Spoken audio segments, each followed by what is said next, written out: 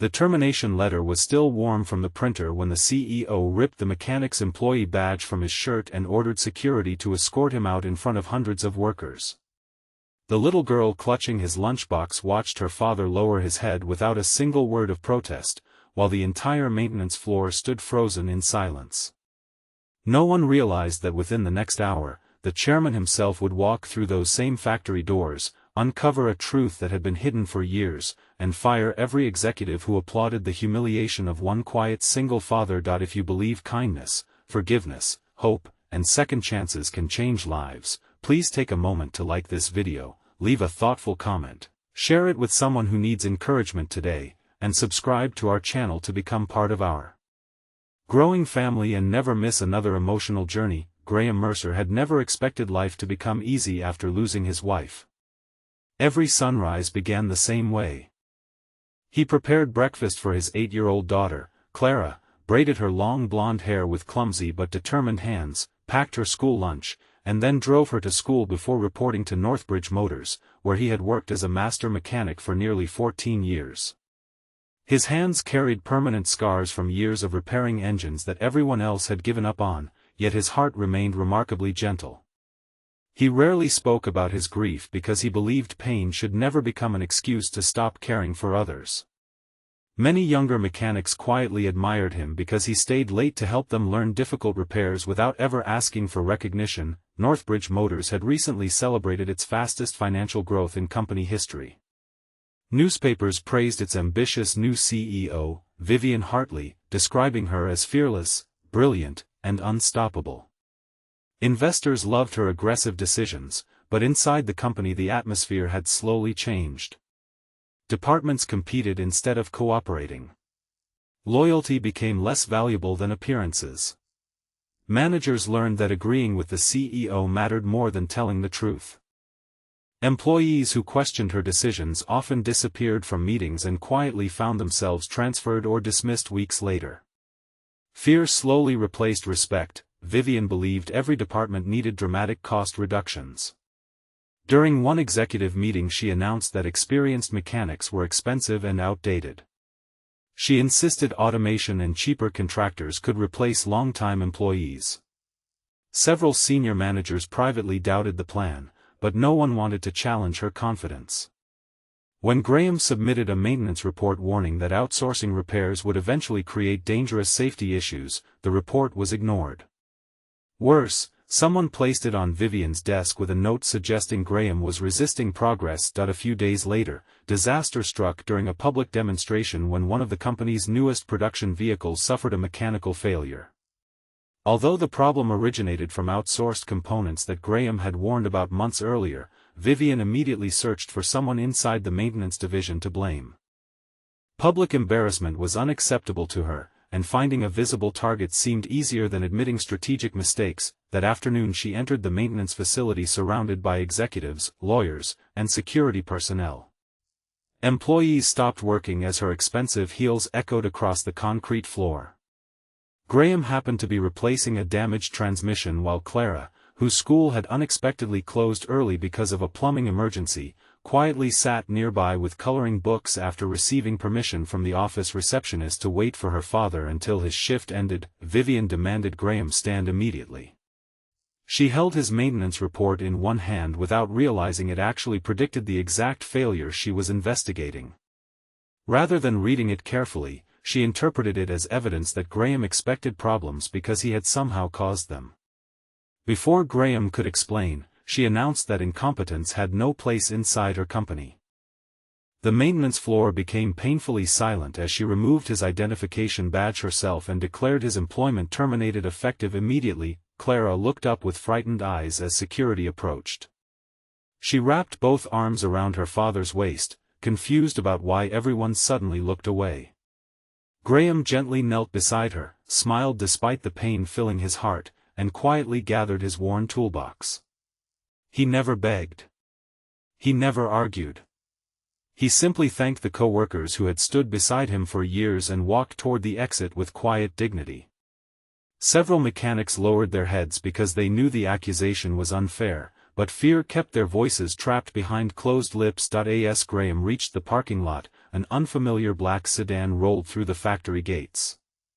The vehicle belonged to Roland Ashcombe, the company's elderly chairman and majority shareholder. He rarely visited manufacturing facilities personally anymore, but he had received anonymous letters over several months expressing concern about declining product quality, employee morale, and executive intimidation. Instead of announcing his inspection, he arrived unexpectedly. Roland immediately noticed something unusual. Workers avoided eye contact. Supervisors appeared nervous. Most disturbing of all, he saw a little girl crying while helping her father place heavy tools into an aging pickup truck. The chairman quietly approached Graham before anyone else recognized him. He asked what had happened. Graham politely answered without bitterness. He explained that the CEO believed he had failed the company, although every maintenance warning he had submitted had predicted the exact issues now appearing throughout production. He added that mistakes happen in every organization and that he simply hoped the remaining mechanics would stay safe. Roland requested to see the maintenance reports. Graham handed him neatly organized copies he always kept inside an old leather folder.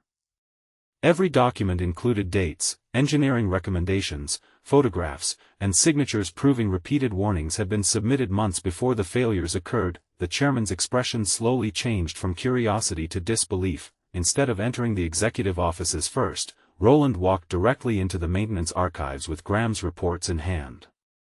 Independent engineers were summoned immediately. Within less than 30 minutes they confirmed every technical warning Graham had documented. The outsourced components approved by senior leadership had dramatically increased mechanical failures exactly as predicted. Word spread quickly throughout the building that the chairman was conducting a personal investigation. Vivian confidently entered the executive conference room expecting praise for acting decisively. Instead, Roland placed Graham's reports across the polished table one by one. Each page represented a warning that had been ignored.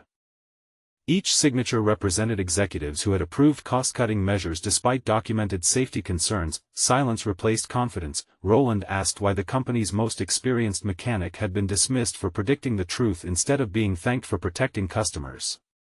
No one answered. He then reviewed security footage showing Graham's public termination. Every executive who had applauded, laughed, or encouraged the humiliation appeared clearly on screen.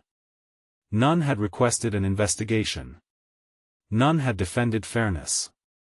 None had asked for evidence before destroying a hard-working father's reputation in front of his daughter. The chairman understood the problem had become far larger than one wrongful dismissal. The company had rewarded fear while punishing honesty. Before the meeting ended, Roland made the decision that would be remembered throughout Northbridge Motors for decades. Vivian was removed as CEO effective immediately. Every executive who knowingly supported the false accusations, ignored documented safety warnings, or participated in humiliating Graham without evidence lost their positions that same afternoon. Several board members objected to the scale of the decision, but Roland calmly explained that leadership without integrity eventually destroys every successful business from the inside. Outside, Graham was preparing to drive away forever when another company vehicle approached. He assumed someone had forgotten paperwork. Instead, Roland stepped out personally. The elderly chairman apologized in front of every employee still gathered near the entrance.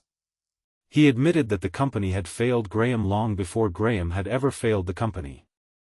He offered immediate reinstatement with full back pay, complete restoration of benefits, and a newly created position overseeing mechanical safety across every manufacturing facility. For the first time that day, Graham struggled to hold back tears that he accepted neither out of pride nor revenge but because he believed hundreds of honest employees deserved a workplace where truth mattered again. The following weeks transformed Northbridge Motors in ways few expected. Anonymous employee feedback became protected instead of punished.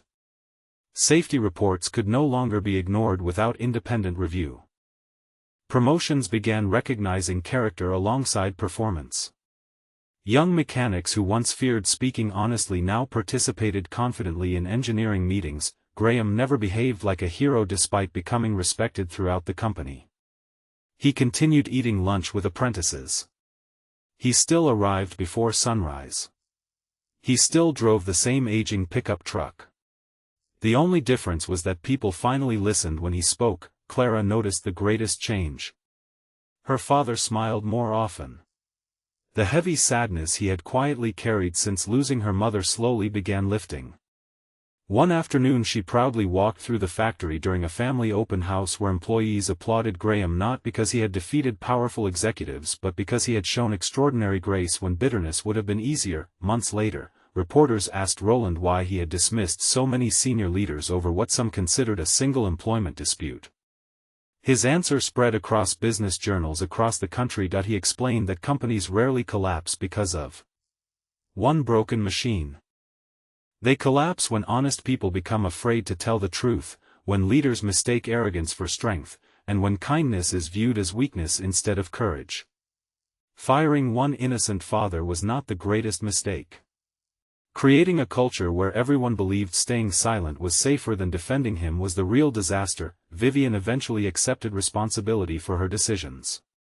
After months away from corporate leadership, she publicly admitted that ambition without humility had blinded her judgment. She sent Graham a handwritten apology acknowledging that she had confused authority with wisdom. Graham accepted the apology without resentment because carrying anger would only have stolen more years from his daughter. Life gradually returned to something beautiful. Clara continued growing into a bright, compassionate young girl who often reminded classmates that people should never be judged by rumors or appearances. Graham became known throughout the company not as the mechanic who had been fired, but as the man whose integrity saved thousands of jobs and restored the soul of an entire organization. Before we reach the end of this story, I'd love to hear from you.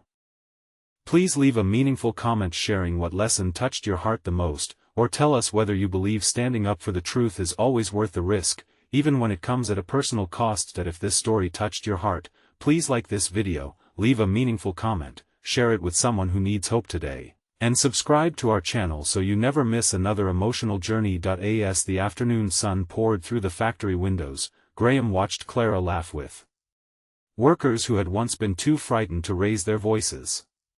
He realized that losing his job had never been the end of his story.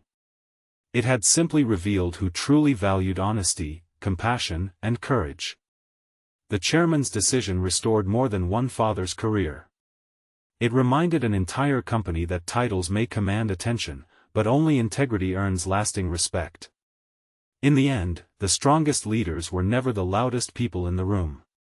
They were the ones who chose fairness over pride, truth over convenience, forgiveness over revenge, and hope over fear, proving that one act of courage can restore the future for countless others.